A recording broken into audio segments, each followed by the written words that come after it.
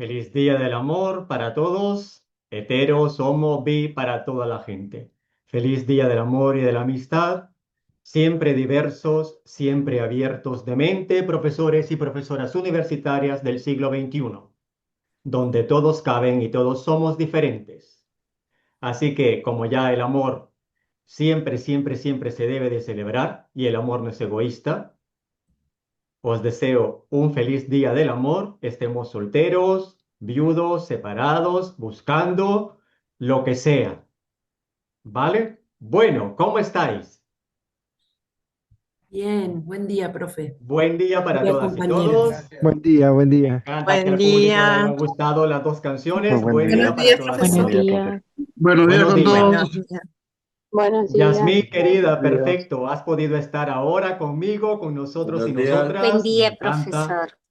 Buen día. Brenda, ¿qué tal? Arturo, Miguel Antonio.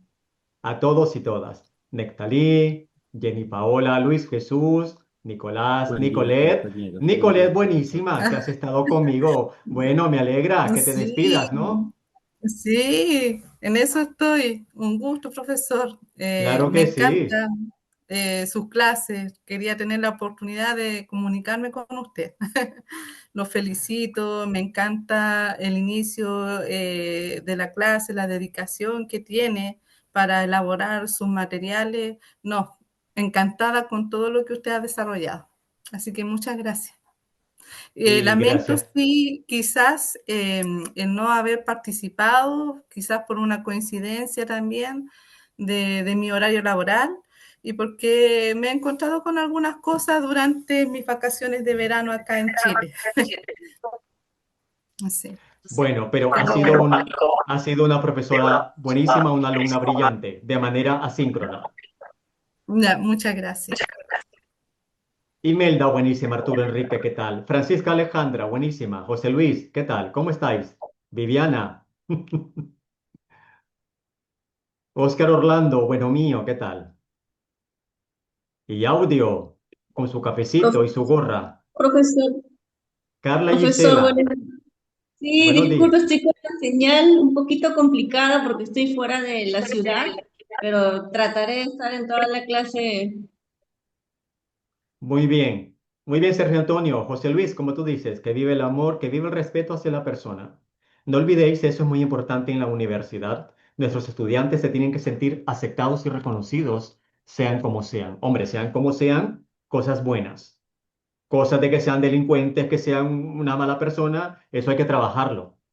Pero el hecho de que la persona sea hetero, gay, bisexual, pansexual, eso ya se me escapa, porque yo ya soy antiguillo, pero ya los jóvenes manejan unos términos que a mí ya tengo que estudiar e investigar, porque ya se me escapa y ahí tenemos que estar, mira, el profesorado tiene que estar con la juventud, con todo el mundo, pero nuestros chavales, sobre todo en las primeras carreras, ellos que se están buscando, se están reconociendo, están descubriendo un mundo, debemos de manejar todos estos términos y más que manejarlos aceptarlos y tener una mirada abierta, porque no podemos olvidar que hay que trabajar con la persona, identidad personal e identidad profesional, la dignidad de la persona. Bueno, todos y todos habéis sido, vale, pues muy bien, Francisca, ya me estás tú ayudando.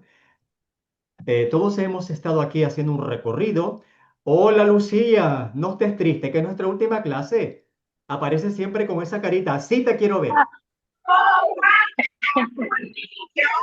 Está gripado, perdón. Estás agripada. Bueno, bueno, por ahí te vas a salvar. Nancy Marisela, hola. Bueno, no me escucha Nancy. Adrián, dime, para que continuemos. Adrián. Sí, justamente haciendo un poquito el comentario que han mencionado sobre el respeto a los demás, ya sea por religión, sexo, género, política o etcétera. Tuve la oportunidad de enseñar acá en Estados Unidos y antes de Sí, enseñar teníamos que llevar un curso donde nos explicaban todo esto para que podamos estar en el mismo lenguaje que los alumnos, ya que son mucho menores que yo y manejan otro tipo de...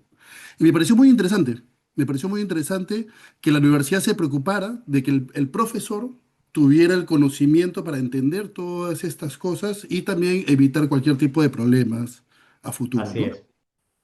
Así es, estamos en una universidad donde yo como trabajador, y si alguna de vosotras entra aquí, sabréis de que tenemos un código de conducta, un código eh, ético, una formación, y además dentro de la normativa de la universidad para los trabajadores, aquí se nos insta y se debe de respetar a toda la persona en base a lo que es, y lo que ha dicho Adrián, en base a su pensamiento político, procedencia, cultura, religión. Aquí no cabe la discriminación porque eres latinoamericano, porque eres negro, porque eres gordo, flaco, porque eres homosexual, heterosexual. Aquí no, porque esas son conductas eh, que son sancionables en esta universidad y son motivo de expulsión. Entonces quiero que lo sepáis. Aquí todo el profesorado está formado en esto y año con año leemos esta normativa, nos avisan. Además hay un sindicato LGTBIQ+, además de otros sindicatos, por lo que esta universidad está muy reconocida en cuanto a la atención a la diversidad y el trabajo de la no discriminación para ningún miembro de la comunidad educativa, sea profesor, estudiante, personal de administración y servicios, de cualquier categoría laboral. Bueno, pues creo que fue en Estados Unidos, Audio. Te está preguntando Adrián. Vamos a continuar el repaso. Ya sabéis que la última actividad, que es el examen, la vais a hacer con total tranquilidad. Quiero compartir con vosotros el Padlet porque quiero avisar de una cuestión que todavía no la sabéis. Mirad, aquí tenéis el Padlet de modelos pedagógicos que lo podéis encontrar en el foro Pregúntale a tu profesor Albert Peralta, pero si alguien no lo tiene, os lo voy a poner aquí en el chat, el enlace del Padlet, para que repaséis cada uno de los temas de la asignatura. Lo podéis hacer si alguien no lo ha hecho, ya sabéis que lo podéis hacer desde hoy hasta el día 16 de febrero, cuando este Padlet se cierra, puesto que el 16 de febrero ya terminan todos los exámenes. Podéis ir haciendo esto. Aquí hay una cuestión. Perdón, ¿puedo hacerte una pregunta? Sí, Albert, sí. perdón que no levanto la mano, estoy conectada al teléfono y no sé cómo levantar mano acá. Te hago una consulta. Las preguntas, ¿hay que subir las respuestas o es solo una guía de estudios para nosotros? Son una guía de estudio. Bien, muchas gracias. Recordad que con las preguntas estamos preparando el examen y hoy vamos a terminar de resolver esas preguntas. ¿Vale? Muchas gracias, Albert. Sí, gracias. Muy bien. Aquí en este Padlet tenéis una última etiqueta, los premios Educa a Banca. ¿Qué son estos premios Educa a Banca? Son unos premios que convoca este organismo prestigioso aquí en España y donde se nominan a todos los profesores y profesoras de España en cada una de las etapas educativas, incluida la universidad. Y de todos los nominados se elige el mejor docente de España. Yo no persigo ser el mejor docente, pero al menos si consideráis que os ha gustado mi trabajo, que habéis aprendido algo, os pido, si queréis y con total libertad, porque esto no es obligatorio, está siendo grabado y ya sabéis que es con total libertad. Yo lo comunico, este es un concurso que se hace y si vosotros pensáis que reúno requisitos para ser nominado, entráis aquí, ¿vale? En este enlace y me proponéis. Tenéis que dar mi correo que aquí aparece en el mensaje de la etiqueta y que es el mismo que aparece en la clase de Zoom, ¿vale? Entráis aquí, me proponéis y bueno, yo os avisaré si me nominan y va a ser gracias a vosotras y vosotros. Como digo, este Padlet va a estar abierto hasta el día 16 de febrero y la última etiqueta que he añadido es esto de los premios Educa para el profesorado universitario español, pero también de todas las etapas educativas y si queréis me podéis nominar ahí. Vamos a continuar entonces repasando las preguntas de nuestra última actividad, que es el examen. Habíamos quedado aquí, en esta parte. Ejemplifica en una asignatura de tu especialidad cómo trabajarías los principios didácticos. Dependiendo de vuestra especialidad, vosotros vais a elegir una asignatura que conozcáis, que no estáis trabajando. Bueno, vais a elegir una asignatura que os haya gustado cuando estabais haciendo la carrera. Bueno, vamos a ejemplificar en esta asignatura cómo trabajaría yo alguno de los principios didácticos. ¿Cuáles son esos principios didácticos? Comunicación, actividad, socialización, individualización, globalización, creatividad. intuición y apertura a la diversidad. Cualquiera de ellos. Podemos indicar cómo trabajaríamos. En la pregunta, si esta pregunta os sale, pues se dirá, de todos los principios didácticos, da un ejemplo de cómo trabajaría dos de ellos, o cómo trabajarías el principio de comunicación, o el principio de interactividad, o el principio de individualización. ¿Alguna duda sobre esto? ¿Alguien no sabría cómo hacerlo? Por Yo ejemplo, no tengo dudas, Albert. Ayer estuve justamente trabajando esa guía y estaba claro. sí.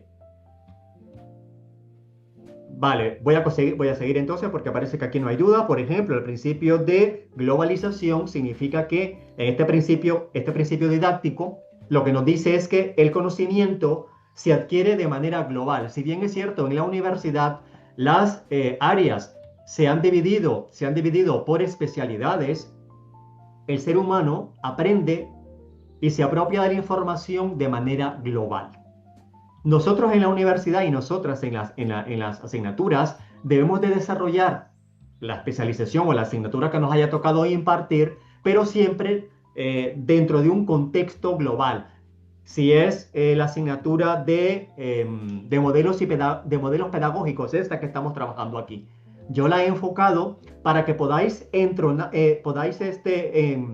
incardinarla, podáis encuadrarla dentro de todo lo que vais a aprender en el máster. Yo he tocado conocimientos, por ejemplo, de la asignatura que tenéis de metodologías didácticas, enseñanza, aprendizaje y evaluación, de cuestiones de las prácticas docentes, de cuestiones de atención a la diversidad. Se trata de desarrollar las asignaturas, los conocimientos de la asignatura y esas competencias, no constriñéndolas, sino para llevarla a la práctica, tratar de enraizarla o conectarla con otros saberes. Ese es el principio de globalización y tendríamos que explicarlo de esta manera. Ya sabéis que son 8 los principios. Argumenta la relación entre el aprendizaje y evaluación en competencias. Muy bien, ya sabéis que vale, muy bien, integrar contenidos de diferentes áreas. Muy bien, Efraín. ¿Vale? Ahora, cuando integramos contenidos de diferentes áreas, estamos hablando de proyectos interdisciplinares, ¿vale? Es una forma de trabajar la globalización también, pero no es necesario hacer un proyecto interdisciplinar, sino cuando abordamos las asignaturas, conectar con otras áreas, haciéndoselo saber a los estudiantes que ellos mismos se den cuenta, ¿vale? Se puede de esta manera o también diseñando y aplicando un proyecto interdisciplinar, como dice Efraín. La relación entre el aprendizaje y evaluación de competencias, ya sabéis que es a tenor del Espacio Europeo de Educación Superior, del Sistema Europeo de Transferencia de Créditos, donde el aprendizaje universitario dentro de los estados europeos, se realiza a través del desarrollo de las competencias y sus resultados de aprendizaje. Una competencia es la movilización integral de conocimientos, procedimientos, actitudes, habilidades y valores. Por lo que si se está trabajando o se está aprendiendo de esta manera, se habrá de evaluar de manera integral qué cuestiones, conocimientos, procedimientos, habilidades, valores. Por tanto, vamos a tomar en cuenta en el diseño de nuestras clases de lo que se ha de aprender, cómo, cuándo, con quién, dónde, qué se ha de evaluar, cómo, con quién, cuándo, dónde. Vamos a tomar en cuenta los 4 saberes: el saber, saber hacer, saber estar y saber ser. Vamos a tomar en cuenta el plano cognitivo de Bloom, el plano socioafectivo y el plano psicomotor, porque de esta manera en el diseño curricular aseguramos que el enfoque pedagógico de nuestra asignatura sea coherente. Se aprende en competencias y se evalúa en competencias.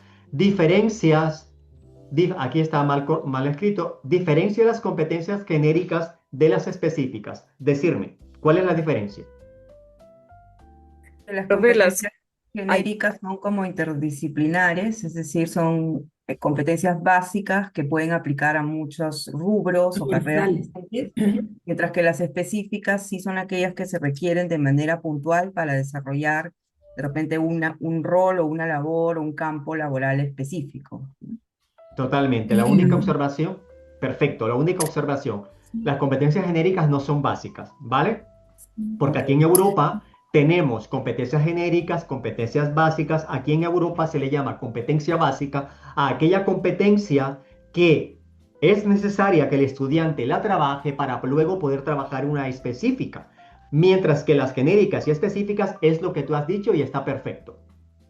Sí, yo Dice, podría profe, no se señalar, puede leer bien lo que está proyectando. No se puede leer bien, no lo veis bien. Lo hago más grande, a ver eh, así. A ver, profesor, a ver un yo podría momento. señalar que las competencias como genéricas, Sí, acá en Chile guarda relación con el perfil de egreso de los estudiantes, ¿ya? Por ejemplo, yo siempre por años me he desempeñado en el área técnico profesional. Entonces, en nuestros sí. planes y programas tenemos precisamente todo lo que son los objetivos genéricos que se denominan y que apuntan justamente a lo que es el perfil de egreso que nosotros queremos conseguir en el futuro profesional. Totalmente perfecto. A ver, ¿Mm? Lucía, ¿lo ves mejor?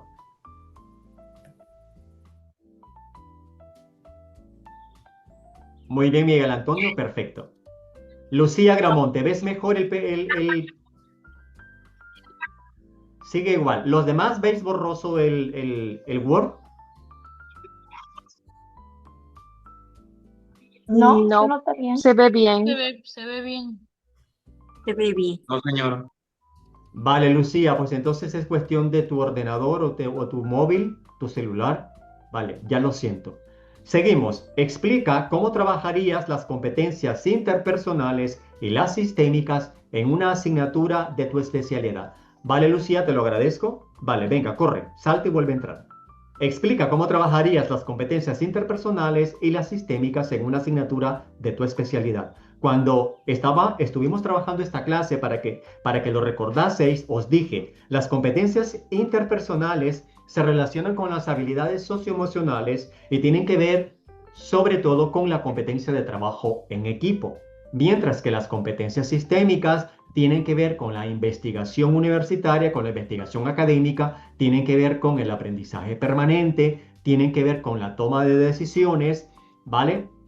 Para que lo recordéis de esa manera. Por tanto, ¿cómo trabajaríais o cómo trabajarían las competencias interpersonales con las sistémicas en alguna asignatura de vuestra especialidad? Alguien que dé un ejemplo. Profe, ¿me escucha? Oh, perdón. Sí, totalmente. Por ejemplo, bueno, aquí en Colombia hay una asignatura que se llama Sociohumanística, es una asignatura transversal de la ven diferentes carreras de diferentes áreas. Yo pensaba, pues, por ejemplo, ¿no?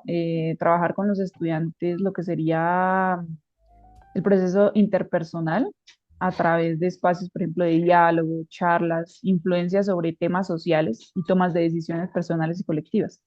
Por ejemplo, en una clase sobre, se me ocurre ahorita sobre debate, sobre reflexión, sobre políticas públicas de la universidad, ¿no?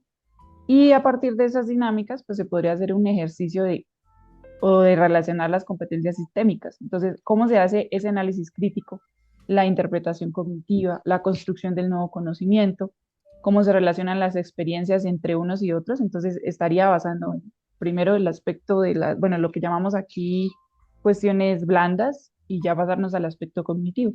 Entonces, que haya una interconexión entre las dos. Lo pensé así, ¿no? Desarrollando el taller. Está perfecto, está perfecto. En la resolución de conflictos, dice Nicolette, perfecto, resolviendo un conflicto en torno a un caso práctico, un caso donde tengan que debatir, donde tengan que trabajar el pensamiento analítico crítico y donde tengan que tomar decisiones. Por ejemplo, haciendo ese debate para resolver un conflicto o cómo mediar en esta situación y haciendo mitad y mitad de la clase, unos a favor, otros en contra, se podría hacer de esa manera. Efraín, trabajo en equipo, se puede implementar proyectos grupales donde los estudiantes deban colaborar para alcanzar un objetivo común. Perfecto, perfecto. Mirar, yo no estaría nervioso ni nervioso. Bueno, nervioso para el examen sí, porque yo la semana que viene voy a tribunales de máster. Siempre me pongo nervioso. Me pongo nervioso por el momento, por el acto, ¿no? Pero no porque no sepa lo que voy a hacer. Vosotras y vosotros vais a estar nerviosos, pero no porque no sepáis, porque ya lo habéis demostrado. Y sabéis hacer las cosas. Por tanto, os tomáis una tila, os tomáis un cafecito y cuando ya termine el examen sonreís porque ya sabéis que lo que va a salir en el examen estáis preparados para realizarlo, os tomáis una cervecita, un vino, un chocolatito, un refresco, un tamal, una yaca, un buñuelo, lo que queráis. Todo eso a mi salud totalmente. Seguimos aquí y a la vuestra. Explica con un ejemplo didáctico en una asignatura de tu especialidad cómo desarrollarías y evaluaríais, bueno, lo hemos escrito con castellano de Latinoamérica, ¿no? Explica con un ejemplo didáctico en una asignatura de tu especialidad cómo desarrollarías y evaluarías las competencias de pensamiento analítico, crítico, creativo y la de resolución de problemas.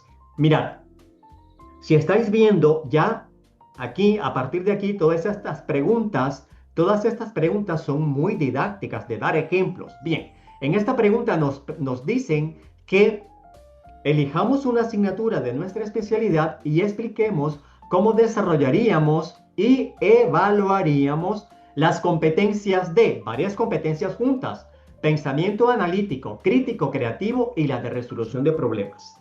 Pensamiento analítico, crítico, creativo y la de resolución de problemas.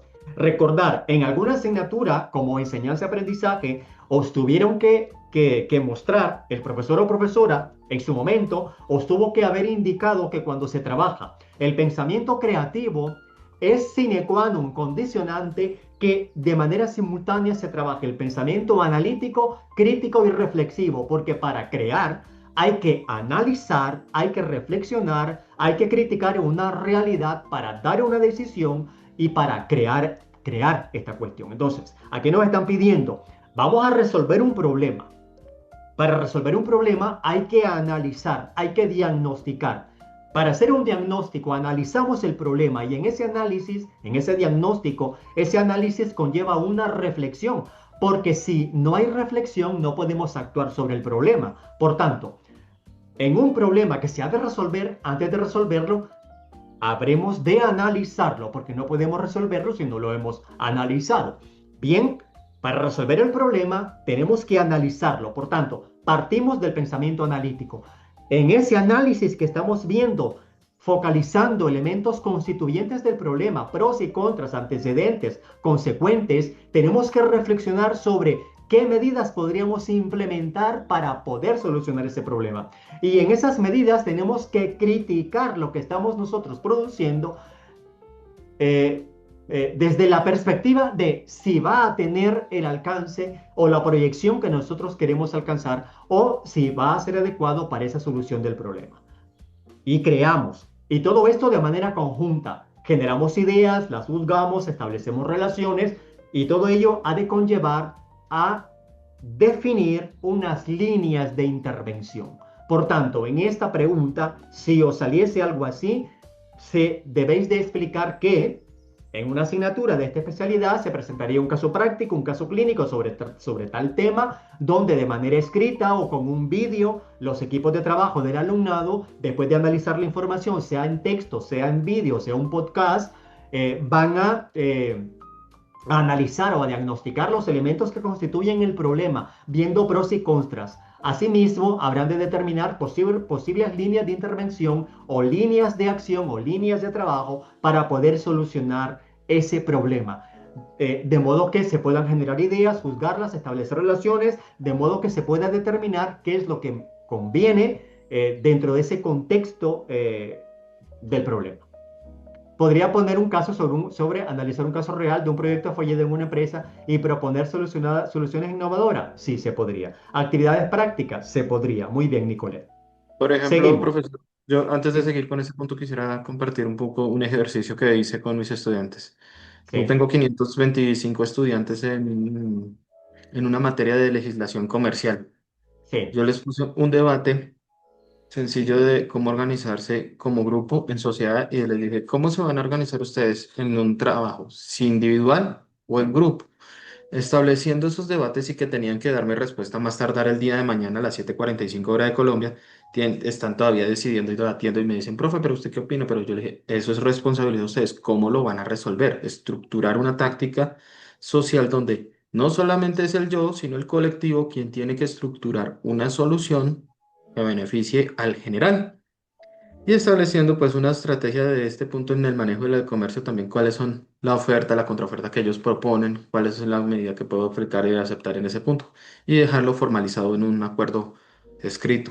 Eso es como una de las tácticas que yo uso para forzar al ejercicio de campo diario en materia de derecho colombiano. Gracias. Vale, vale. Acuérdate arropar eso que me has dicho del plano socioafectivo.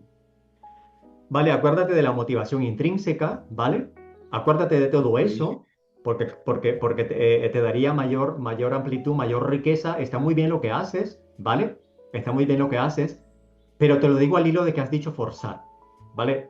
Quizás has querido decir otra palabra, pero debemos de trabajar siempre de la motivación intrínseca. Esto es una cuestión muy peluda, muy gorda. Vosotros decís peluda, a lo mejor. Aquí en España decimos muy gorda, una cuestión muy gorda, pero que es muy interesantísimo, ¿vale? El alumnado debe de trabajar porque quiere trabajar, no porque el profesor me obliga y me va a poner una nota, un palito, no. Entonces, hay que cuidar esas cuestiones. Dice Brenda, se me ocurre, por ejemplo, en asignatura de diseño urbano, podría ser aplicando el aprendizaje basado en proyectos en grupos reducidos con la búsqueda de una solución para una problemática urbana real. Por ejemplo, la intervención de un espacio público determinado. Perfecto, Brenda, perfecto, Evaristo. Seguimos aquí. Gracias, profesor. Gracias a ti, hijo mío. ¿Qué instrumentos de evaluación son pertinentes para evaluar las competencias de resolución de problemas y pensamiento crítico? Argumenta la respuesta. Aquí nos piden que indiquemos qué instrumentos de evaluación podríamos utilizar para evaluar la competencia de resolución de problemas y pensamiento crítico. ¿Cuál sería vuestra respuesta ahí? ¿Qué instrumentos son pertinentes para evaluar una resolución de problemas y pensamiento crítico? ¿Cuáles creéis? Yo diría una coevaluación, profesor. Una rúbrica, profe. Rúbrica de expresión oral. Muy bien. Vale, una rúbrica de coevaluación y autoevaluación, por ejemplo. Sí, puede ser una lista de cotejo también, depende de la actividad, pero si, por ejemplo, hacemos el monitoreo de un trabajo en grupo en donde estén debatiendo o creando alguna solución, puede ser una lista de cotejo. Vale, una lista de cotejo como técnica, el estudio de caso. El estudio de caso es la técnica, pero no es instrumento de evaluación. El estudio de caso como técnica, con una lista de cotejo, con una rúbrica de coevaluación y de autoevaluación, una escala de valoración, una escala de valoración. ¿Vale? No he escuchado bien eso. Una escala de valoración estimativa. Rúbrica analítica, evidencias, coherencia, impacto, decisión, argumentación. Vale, una rúbrica con todos esos descriptores, perfecto. Un checklist de coevaluación, como dice Baristo, muy bien. Vale, vale. Profe, una Recordemos, pregunta. sí, Perdón, ahí en eso de la rúbrica, por ejemplo, cuando hablamos de pensamiento crítico, también se puede trabajar, bueno, no sé, lo estoy pensando así, rúbrica oral, bueno, o lo que decíamos de competencia cognitiva también podría ser, o de sí, colaboración, de cooperación, pero también se podría trabajar algo más, no sé, me pongo a pensar, por ejemplo, un se pueden mapa trabajar. conceptual, una Sí, infografía, un sí, proceso, un producto digital, un video corto, todo este tipo de todo se puede. presentación. Todo lo que me estás diciendo está Y se perfecto. pueden combinar, por ejemplo, Y se se pueden hace combinar y se ve. un texto escrito y un texto oral, sí, como no, un texto escrito y una expresión oral. En ese caso sí sería la rúbrica de ambos aspectos, ¿no? Una rúbrica escrita y una rúbrica para un debate, para una cuestión de reflexión. También Perfecto, podría ser, ¿sí? Ah, perfecto, porque listo. así triangulas la información. Recordar en alguna clase os compartimos esto, ¿no? Compartí con vosotros y vosotras. El lenguaje es la materialización del pensamiento. Si nosotros queremos determinar el pensamiento crítico, la resolución de problemas, debemos de situar cómo vamos a recoger esas evidencias y la vamos a hacer a través de la expresión de mensajes, a través de código oral, escrito, pero también paralingüístico. También paralingüístico. Todo lo que ha dicho, creo que fue Jenny, ¿no? Está muy bien. Sí, ¿Podemos trabajar un portafolio? Sí, podemos trabajar un portafolio, podemos trabajar una escala de valoración estimativa, vale. Con un Padlet también con su rúbrica correspondiente o un instrumento adecuado para ese Padlet. Las listas de cotejos son buenas para valorar los intentos de resolución sin llegar a ser realizar la evaluación, en la que el estudiante va mirando sus errores y posibles mejoras. Muy bien, perfecto. Pero la lista de cotejo se ha de combinar con instrumentos más potentes, porque la lista de cotejo es muy restrictiva o el checklist es muy restrictivo. Es un instrumento valedero, por ejemplo, cuando estamos en un debate y en ese debate oral, cuando vosotros hagáis un debate oral y siempre con el consentimiento informado de los estudiantes, podéis grabar el debate, el audio, para que después lo repaséis y vayáis de manera despaciosa quién intervino, cuánto tiempo, la calidad del mensaje. Ahí tenemos ya la rúbrica del mensaje oral. Pero también se le pide al estudiante, como ha dicho Jenny, se le puede pedir un esquema conceptual o un mapa mental con las ideas que expuso y que haga la relación entre los conectores de todas las ideas que virtió en ese debate oral. Porque como técnica el debate nos ayuda a materializar el pensamiento crítico, que recordar, como en la pregunta anterior, es condicionante para poder resolver un problema. Incluso pueden hacer una infografía para representar esas ideas. Perfecto. Perfecto. ¿Y por qué tenéis miedo? ¿Quién dijo miedo aquí? Madre mía, estáis poderosos. Poderosos y poderosas. ¿Cuál es la relación entre el contexto de aula y la elección de una estrategia pedagógica? ¿Cuál es la relación? Esa relación ya la sabemos. Para poder elegir una estrategia pedagógica, primero habremos de contextualizar el proceso educativo, sabiendo que antes de llegar al aula contextualizamos la universidad, facultad, asignatura, grupo, clase, ya estamos en el aula, grupo, clase. Sabiendo cómo es mi grupo, clase, sabiendo los recursos que tengo a mano, sabiendo la disposición del aula, el espacio, yo así elijo la estrategia pedagógica. Y en la estrategia pedagógica yo tengo la metodología o metodologías que voy a trabajar de manera interrelacionada. Cuando yo trabajo varias metodologías de manera interrelacionada, 2 o 3, tengo que tener claro cuál es la metodología que arrastra las otras 2. Nos encontramos con trabajos finales de máster que proponéis 2 metodologías o incluso 3, pero no sabéis conectarlas entre ellas. No se sabe cuál es la que dirige a las otras. Eso tenéis que tenerlo claro. Si yo voy a trabajar 2 metodologías o incluso 3, ¿cuál es la que conecta a las otras? ¿Cuál es la que arrastra a las otras? ¿Y por qué he elegido estas 3, estas 2? ¿Por qué he elegido esta? ¿Cuál es la pertinencia? ¿Cómo se enraiza o cómo se relaciona con el contexto de mi aula? El contexto incluye factores como la diversidad del alumnado, necesidades, intereses y el entorno sociocultural en el que se encuentra. Perfecto, Efraín. A ver aquí. Brenda, y también si hay que atender a una condición de diversidad del alumnado como una condición de discapacidad. Perfecto. Dice Adrián, perfil del alumnado, tamaño del grupo, recursos, modalidad, riesgo, seguridad. Muy bien. Además, dificultad de las competencias y resultados de aprendizaje, el tema, duración del mismo, temporalización. En esta estrategia pedagógica, además de las metodologías, vamos a encontrar las técnicas, los recursos, los procedimientos. Vamos aquí. ¿En qué consiste el modelo de diseño hacia atrás y cómo se relaciona con la planificación de una guía docente? Decirme. ¿En qué consiste el modelo de diseño hacia atrás? Esa es una cosa. Ahora, ¿cómo se relaciona? Profesor, primero en las competencias. Primero en las competencias y de ahí partimos con lo demás que se va a desarrollar. Resultados de aprendizaje. Muy bien. Los objetivos.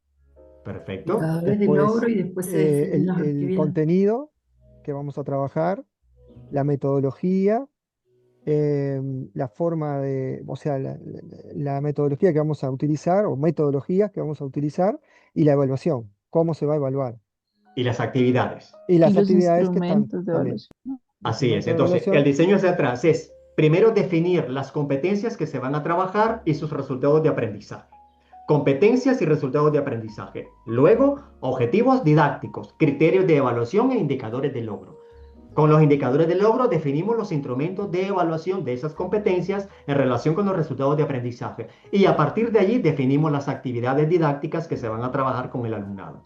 competencias, resultados de aprendizaje, objetivos didácticos, criterios de evaluación, indicadores de logro, instrumentos de evaluación, actividades. Ese es el diseño hacia atrás. ¿Cómo se relaciona con la planificación de una guía docente? El diseño hacia atrás constituye el esqueleto o constituye la propia guía docente, ya que determinamos cuáles son las competencias, resultados de aprendizaje, eh, objetivos didácticos, criterios de evaluación, indicadores de logro, instrumentos de evaluación y actividades de una asignatura.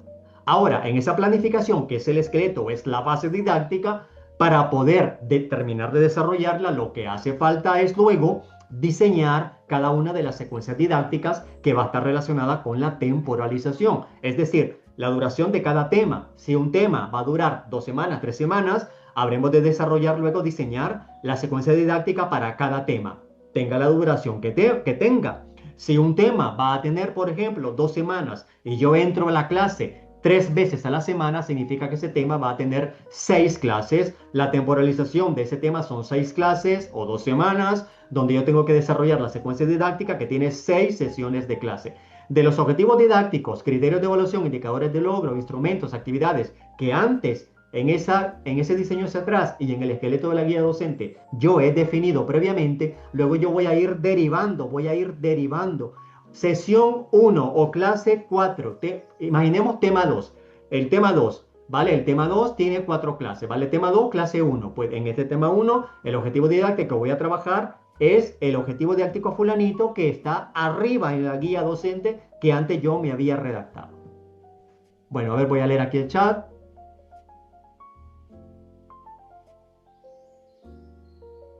Los resultados del logro, las actividades, vale, muy bien, perfecto, Alicia Gramonte, perfecto, Brenda, vale, muy bien, lo estáis haciendo muy bien.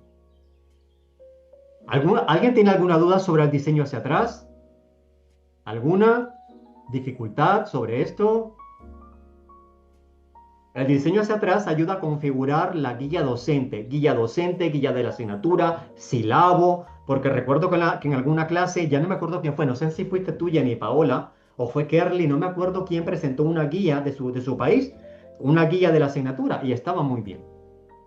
Aquí, para diseñar una guía docente que trabaja y evalúa las competencias, ¿cuáles son los pasos que se deben realizar dentro de su planificación? Es lo que acabamos de decir.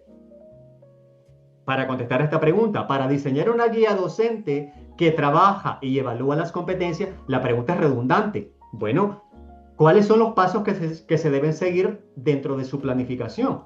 Lo habéis dicho antes, ¿no? ¿Cuáles? ¿Cuáles son los pasos? Definirlas. Competencias, luego los resultados de aprendizaje, después los criterios de logro, después viene el tema, el contenido a trabajar, después vendría los instrumentos de evaluación y después vendrían las actividades. Perfecto. Trabajar. Perfecto. Ejemplifica en una asignatura de tu especialidad cómo trabajarías las 3 dimensiones de la educación inclusiva, ¿vale? Recordemos que el examen es de aplicación. No se te pregunta, dígame cuáles son las 3 dimensiones de la educación inclusiva. No. Ejemplifica en una asignatura cómo trabajaríais las 3 dimensiones de la educación inclusiva. Recordemos que la presencia, la participación y el aprendizaje permanente. Nosotros escogemos una asignatura y decimos, bueno, para trabajar la presencia vamos a eliminar barreras arquitectónicas, vamos a hacer un acceso al currículum, tomando en cuenta los estilos de aprendizaje de cada persona, vamos a tomar en cuenta los diferentes ritmos de aprendizaje para trabajar la participación, dándole voz y voto a todos, por ejemplo, utilizando la coevaluación, la coevaluación, la autoevaluación, la negociación del currículum. ¿Sabéis qué es esto, no? La negociación del currículum. ¿Os lo han hablado en alguna asignatura? Negociación del currículum. No, ¿Lo habéis oído? no. La negociación del currículum se hace en las primeras clases, cuando la profesora o el profesor... A ver, ¿alguien va a decir algo? Tiene que ver con lo que se llama también el contrato didáctico. Totalmente. Tiene que ver De con el alguna contrato manera didáctico. uno Sí. llega a determinados acuerdos con los estudiantes, puede ser en los tiempos en que se van a proponer determinadas actividades, la forma de trabajo, em, si va a haber algún espacio de recreación intermedio o de reflexión o cosas así que puedan surgir a veces Totalmente, por Nicolás, iniciativa de perfecto. los estudiantes. Totalmente, Lucía, perfecto. Sí, es presentar cómo, qué es lo que se va a trabajar, es decir, qué se va a aprender, cómo se va a aprender, cuándo, con quiénes, dónde, cuándo y cómo, qué se va a evaluar, cómo, cuándo, dónde, con Por ejemplo, quiénes. claro, por ejemplo, puede ser también, perdón que interrumpa, que se me ocurría ahora, el uso de, por ejemplo, el celular en clase en determinados momentos y en otros no, o para determinados tipos de actividades y Sí, en otros pero no. totalmente, pero eso hay que negociarlo. Cuando hablamos, está perfecto eso, pero ya cuando hablamos de móvil también, todo eso tiene que ver, tiene que estar bajo la perspectiva de la negociación. Es decir, esta es la asignatura, esto es lo que os propongo, estas actividades, de esta manera, ¿cómo queréis vosotros ser evaluados? ¿Qué me proponéis que cambie? ¿Qué podría yo aquí tomar en cuenta que no he presentado? Entonces, es negociar una apertura y sobre todo la coevaluación y la autoevaluación. En la asignatura me aseguraría que los escenarios de aprendizaje sean accesibles, aplicar el DUI y el DUA. El espacio físico o virtual debe ser acogedor y facilitador. Perfecto, Efraín. ¿Vale? Entonces, aseguramos la presencia, la participación y el aprendizaje permanente. Es decir, el aprendizaje permanente trabajando la metacognición, trabajando equipos de investigación. Perfecto. El diseño universal de instrucción y el diseño universal de aprendizaje.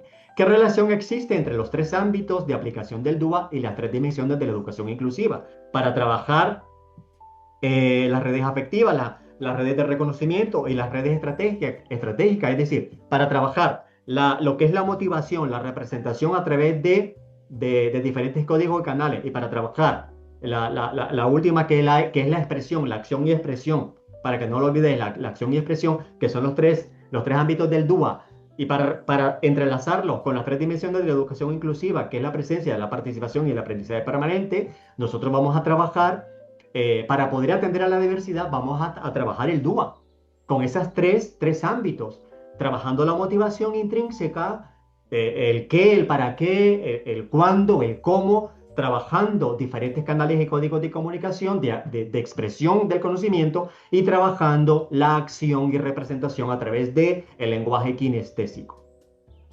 Intención pedagógica, vale, muy bien, Lucía Gramonte, perfecto. Entonces, esa es la relación. A ver aquí, ¿quién había dicho? Mientras que la educación inclusiva define los derechos y objetivos, estar, convivir y progresar, el DUA aporta el marco científico y didáctico para identificar y eliminar las barreras que impiden que estos objetivos se cumplan. Muy bien. Vale, en el TFM se os pedirá que didácticamente expliquéis cómo vais a trabajar el DUA en el TFM. ¿Vale? Recordar que el TFM debe de ser didáctico.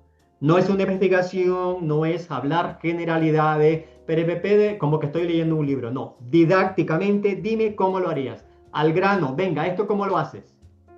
Recordar eso. Perfecto. Describe con un ejemplo didáctico en una asignatura de tu especialidad cómo desarrollaríais la motivación en tu alumnado. La motivación en el alumnado tiene que ver con el primer ámbito del DUA, que es la motivación intrínseca, las redes afectivas. Las redes afectivas. Entonces, vamos a dar un ejemplo de cómo trabajar la motivación. ¿Cómo lo haríais? Me interesa esto que me digáis. ¿Cómo trabajaríais o cómo estáis trabajando la motivación en vuestro alumnado? ¿Cómo lo hacéis?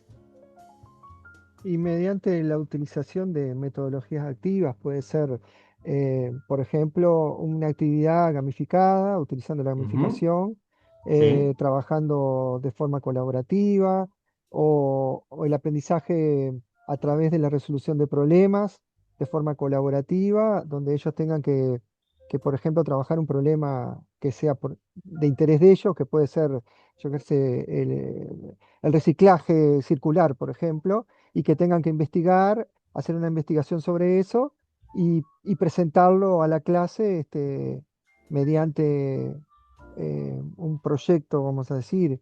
No sé, hay como varias formas, pero Muy siempre bien. partiendo del propio interés de los estudiantes. O sea, Perfecto, perfecto. siempre partiendo de eso. Ver que ellos qué les motiva, qué quieren hacer, si se les gustan los juegos, bueno, ir por ese lado. Si les gusta investigar sobre, no sé, la contaminación del agua en las playas de Montevideo. Bueno, perfecto, vamos a trabajar sobre eso y uno trata de buscar problemas o metodologías que de alguna manera engloben ese interés de los estudiantes. Perfecto. Dice Efraín, para despertar la motivación intrínseca, satisfacción personal, el inicio de la asignatura no sería una lectura teórica, sino la presentación de un suceso discrepante o un caso real de exclusión educativa. Perfecto. Vamos a ver aquí. Profesor, también Evaristo, sería dime. el uso de las, como decía el compañero Nicolás, del uso de las metodologías activas, por ejemplo, el Flipped Classroom se pudiera Sí, utilizar.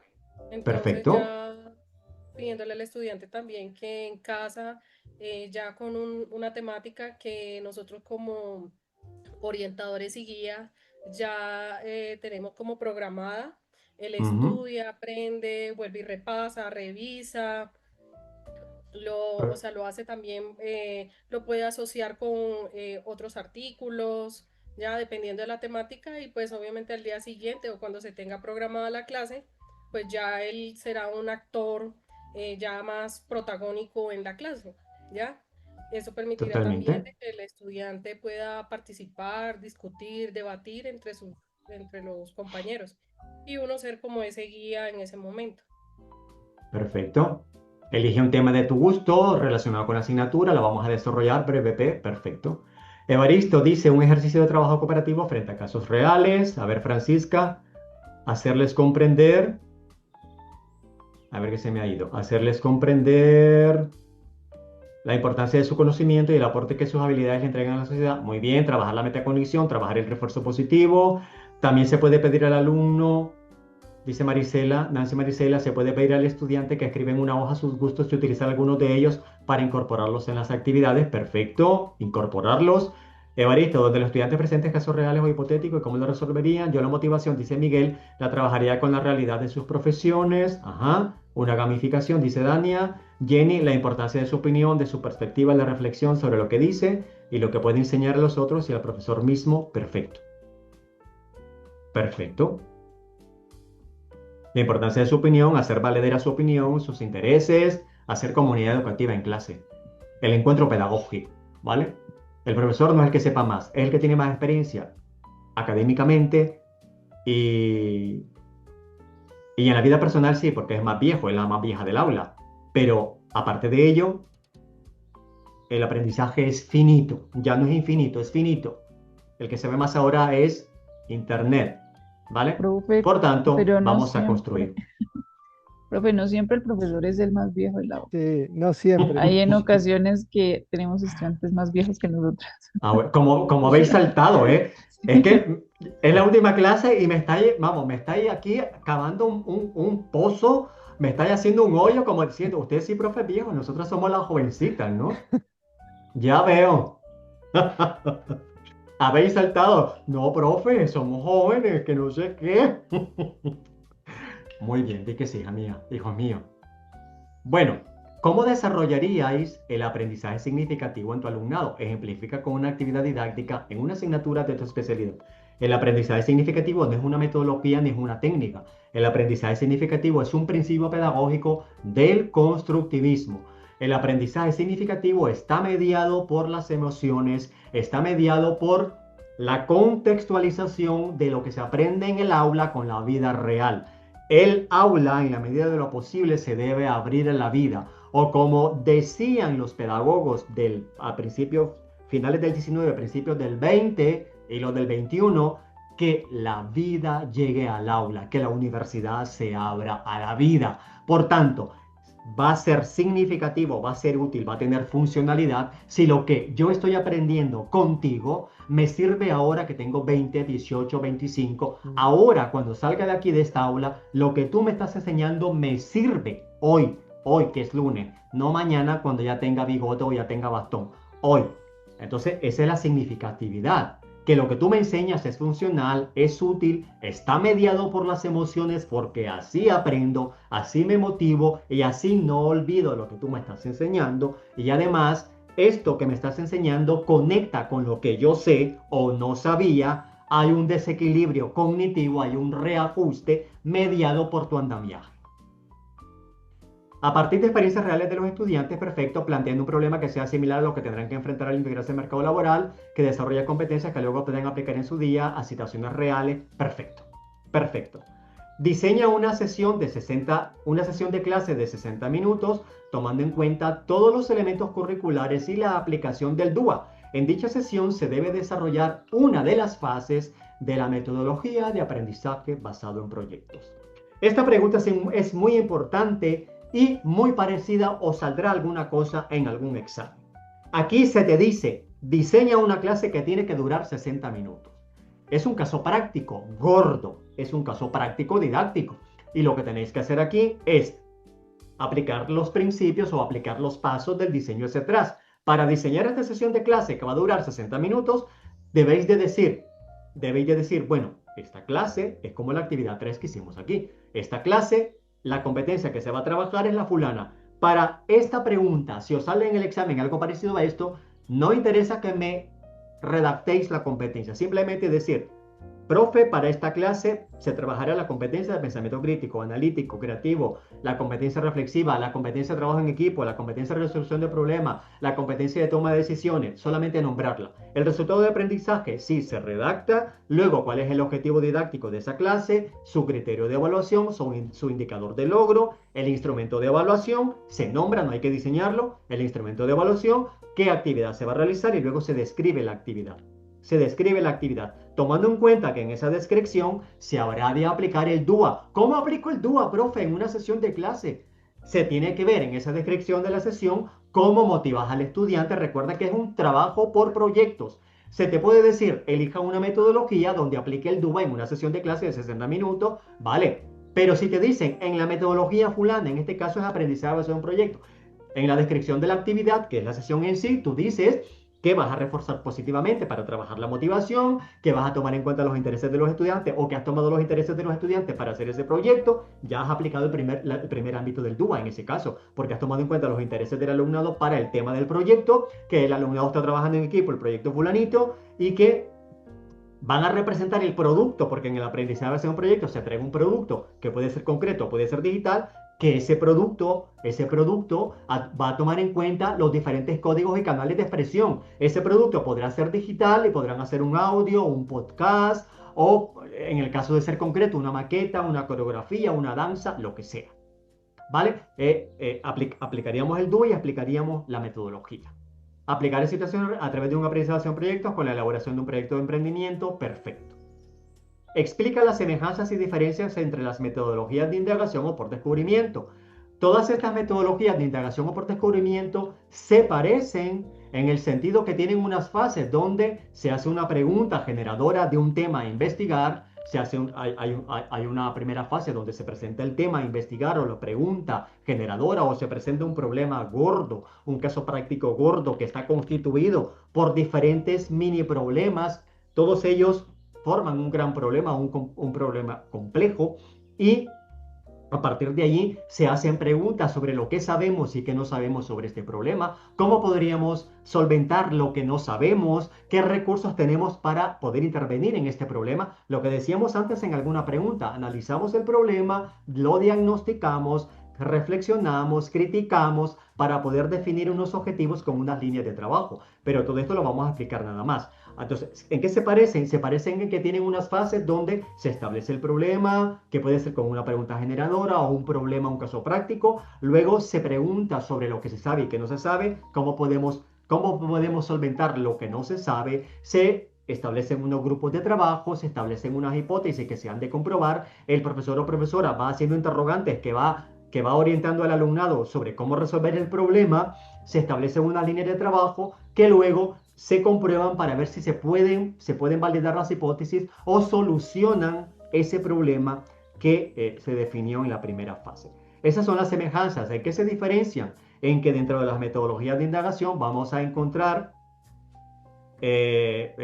varias, como el aprendizaje basado en problemas, caso práctico, aprendizaje basado en casos prácticos, aprendizaje basado en el descubrimiento, aprendizaje basado en proyectos, basado en retos. Vamos a encontrar la gamificación, aprendizaje basado en juegos, aprendizaje basado en retos, basado en el pensamiento, design thinking, visual thinking. ¿Vale? La diferencia está en que cada una luego tiene unas particularidades que pueden ser por sus fases, por sus recursos didácticos, por el enfoque pedagógico. A ver, ¿quién iba a decir algo? Clase invertida también, ¿verdad? Totalmente, pero clase invertida es un modelo didáctico, perfecto. Es un modelo.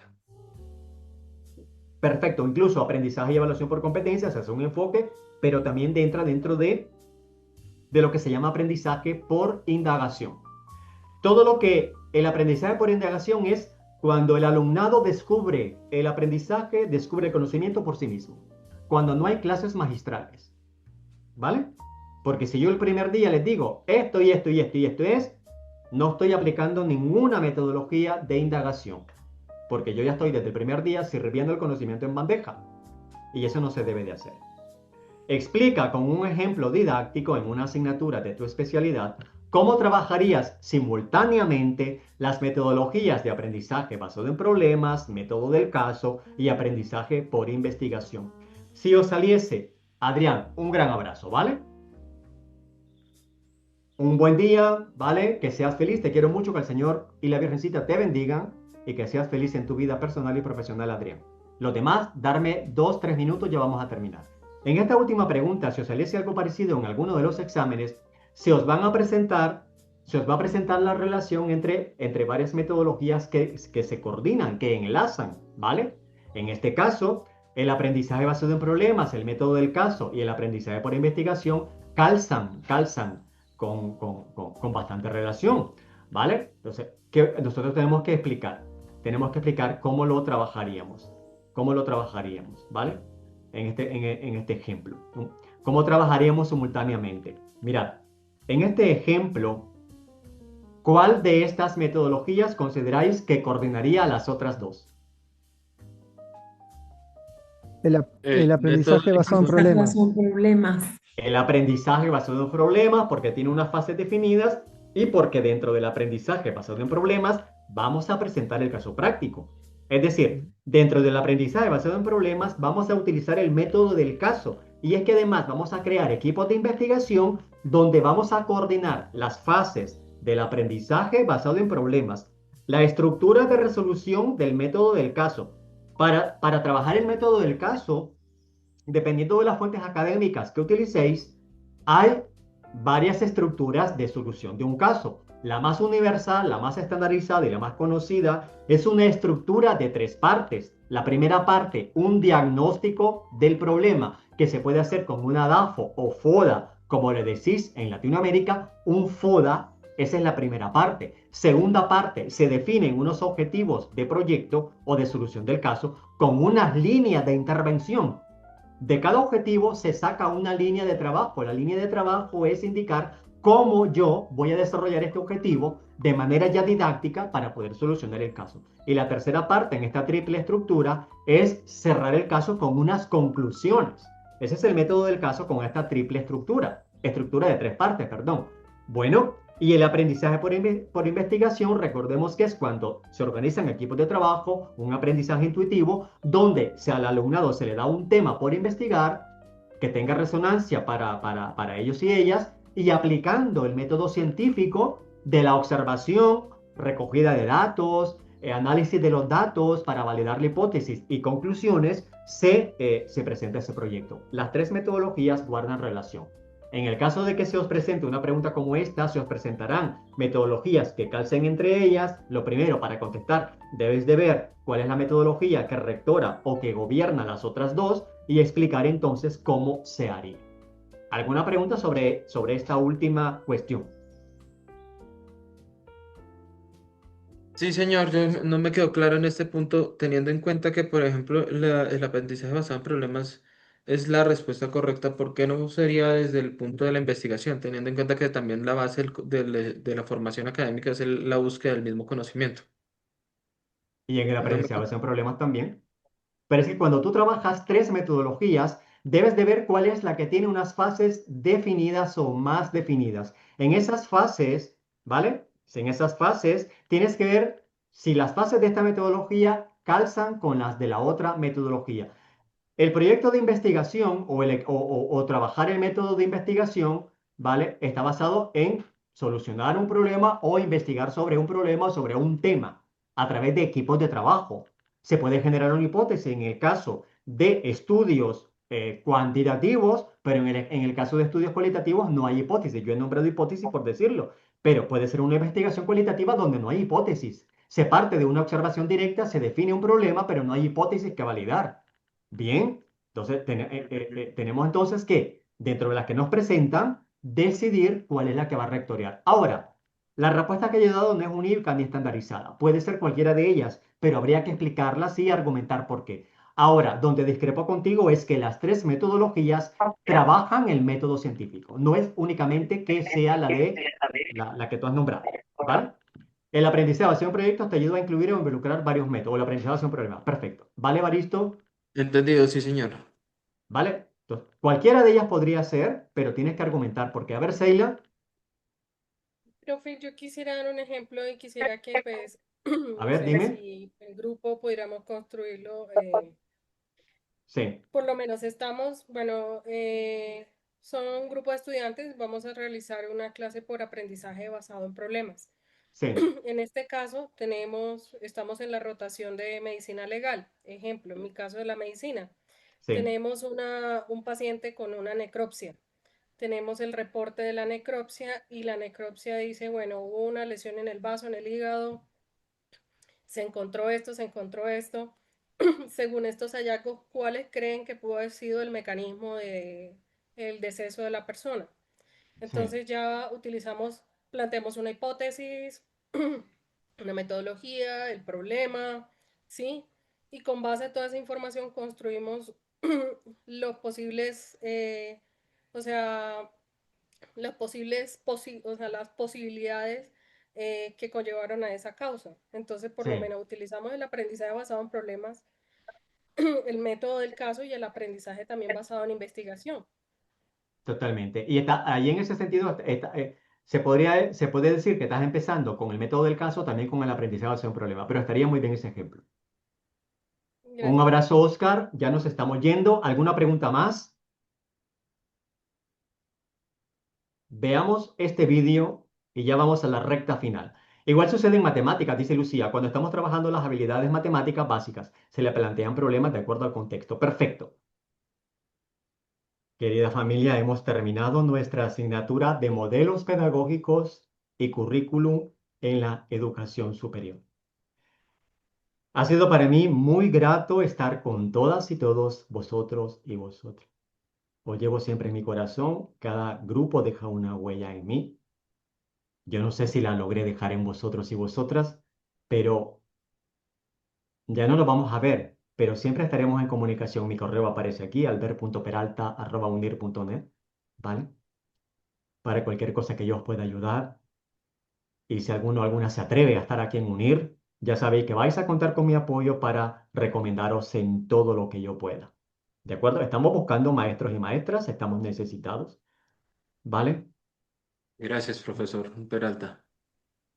Gracias a ti, Muchas querido gracias, Baristo. profesor. Muchas gracias. Muchas gracias, muchas gracias. Muchísimas gracias. Gracias, Excelente profesor. trabajo. Muchas gracias, Fuerte abrazo. Gracias, muchas gracias.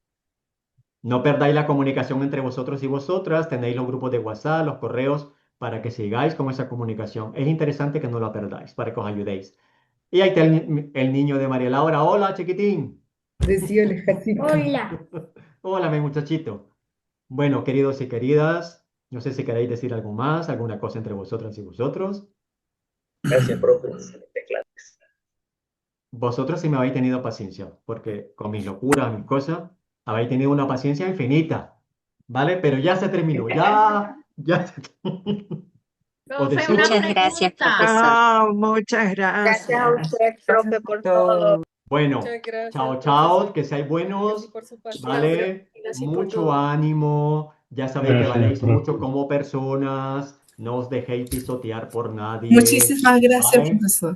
Os quiero mucho. Muchísimas gracias, Nicolet, y a toda la gente. Voy a parar ya la grabación, ¿vale? Que seáis buenos, que seáis felices, que el Señor y la Virgencita los bendigan.